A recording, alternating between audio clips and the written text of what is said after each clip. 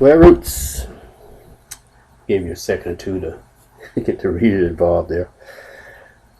Every positive number have two square roots, one positive and one negative. We can come to this conclusion because when we square a number, the opposite of square root, we multiply. We've already learned through the rules of integers that when we multiply a positive by a positive, our product will be positive. We also learned that when we multiply a negative times a negative, our product will again be positive. Now, the radical symbol, this is something here that we always wonder what it's called. It's called a radical symbol. Indicates the non-negative or principal square root. So when you see a number underneath this radical symbol, it simply means, hey, let's take the positive square root. So when you see the square root of 16, it's just simply mean that we are getting 4. Okay? So the symbol, if we take again the radical symbol and put a negative in front of it, that is used to indicate a negative square root. So if I'm going to take the square root, and if I want the negative square root of 16, I will put a negative sign out in front of it, and then this will give me a negative 4. Okay. So you can also use, when we'll get to this a little bit later, plus or minus symbol to indicate we want both. So if we take again the square root of 16 and we put plus and minus on the outside, simply the only thing we're saying is we have an answer of a plus and a minus 4. Okay. The numbers 16, 36, 49 are examples of perfect square. We can define a perfect square as a number that has integers as its square root. Now remember what integers are. Integers are whole numbers and their opposite. So we're talking about 0, 1, 2, 3, and so on. And we also talking about well, let's mean the opposite, or let's go ahead and put or negative 1, negative 2, negative 3, and so on. Okay.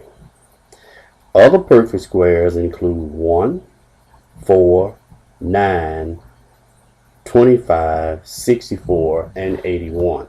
Now, of course, I've already given you a list of those perfect squares all the way to 4900, which gives us the integer 70. So please, as we go through these exercises, especially when we start talking about estimating these, please feel free to utilize that particular list. Okay, so what we want to do here, and this is a very short segment on square root because we only want to establish square root so we can go ahead and talk about estimation, and then we can get into Pythagoras, a Pythagorean theorem. So let's take a look at how we find positive and negative square roots. So this example here will be example 1, and what we're going to do is we're going to find positive and negative square root.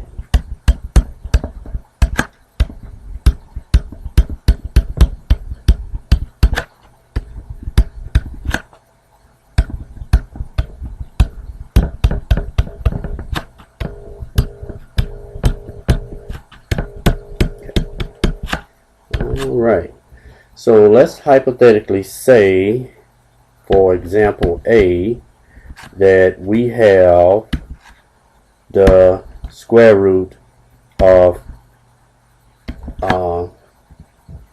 81. So if we are told here to find the square root of 81, then remember what we said up here. If it's in that symbol, we are only finding the what? The positive. Okay?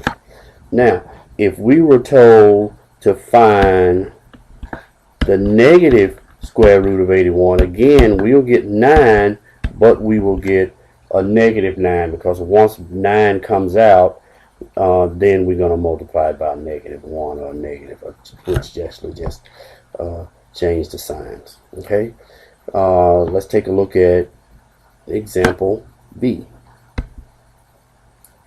And again, these are simple products here. We're not trying to do anything fancy or cute. So let's look at B. Let's just take 121. So we want to find the square root of 121. Well, if you look at your perfect square sheet, you will see that the square root of 121 is 11. Now, what do we get there? We got the principal square root, because that's what, remember, that's what it says. When we have the radical sign, that means give us the principal square root, okay, which is the positive square root. Now, in return, to find the other square root of 121, we'll put a negative sign out in front, and then once we find our 11, it becomes a -11. Okay, last one. And here, let's take a look at the square root of 4900. Okay, the square root of 4900. Well, of course, we're looking at the principal square root, so that's going to give us, let's see, 70. Okay, and if we want to find a negative square root, then again we'll put 4900, but we'll put a negative out in front, and that would give us a -70. Okay, it's just really simple. Just look at the definitions and what it says when you're looking at the square root, and now you can make your determination whether it's negative or positive.